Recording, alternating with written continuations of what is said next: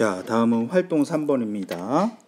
빵을 만드는 데 들어가는 소금과 우유의 비는 3대 8이고 소금과 호두의 비는 2대 9라고 합니다. 소금, 우유, 호두의 비를 연비를 어떻게 나타내는지 알아봅시다. 자, 소금, 우유, 호두 중에서 무엇을 기준으로 하여 연비로 나타내야 한다고 생각합니까? 자, 여기서 나타낸 건 소금 대 우유가 3대 8이었고요. 그 다음에 소금 대 호두가 2대 9였어요. 근데 가만히 보니까 비를 보니까 공통으로 들어가 있는 항목이 소금이었죠. 그렇죠? 그러니까 무엇을 기준으로 해야 될까? 공통으로 들어가 있는 소금을 기준으로 해야 되겠죠. 여기선 소금이 3이고 소금이 2예요. 즉 소금이 똑같이 들어가 있는데 하나는 3대 8, 하나는 2대 9이니까 소금이 들어가 있는 비를 같게 만들어주고 연비로 나타내면 되겠죠. 그러면 소금과 우유의 비인 3대 8과 비율이 같은 비를 써보세요. 자, 3대 8이니까 같은 비 구하는 거 곱하기 2 이렇게 하면은 곱하기 3 이렇게 하면은 곱하기 4 이렇게 곱하기 5 즉 비율이 3대 8이니까 1배, 2배, 3배, 4배, 5배를 해도 전원과 후항의 같은 수를 곱해도 비의 값은 즉 비율은 변함이 없죠.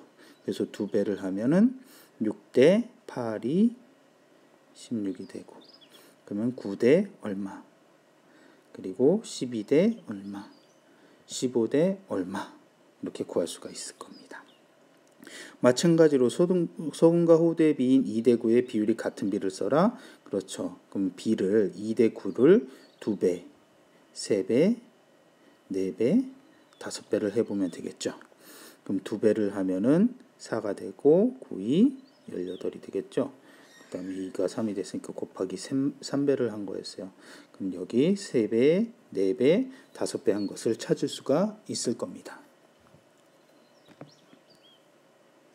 자, 그런데 이렇게 3배, 4배, 5배를 찾다 보면은 기준이 되는 소금의 비율이 같은 비가 나오게 되겠죠. 자, 어떤 게 나오게 될까요? 여기 6대 16이고 6대 호두가 3배 하면은 곱하기 3, 27이 되죠. 그러면 공통으로 들어가 있는 걸 찾으면 소금이 6일 때 소금이 6일 때 우유는 16, 소금이 6일 때 호두는 27이죠. 이렇게 찾을 수가 있어요. 그러면 소금이 6일 때 우유는 16이 되고 호두는 그렇죠. 27이 되죠. 그래서 소금과 호두, 우유 연비를 구하는 방법을 설명해 보시오. 소금과 우유가 3대 8 그리고 소금과 호두가 2대 9였죠.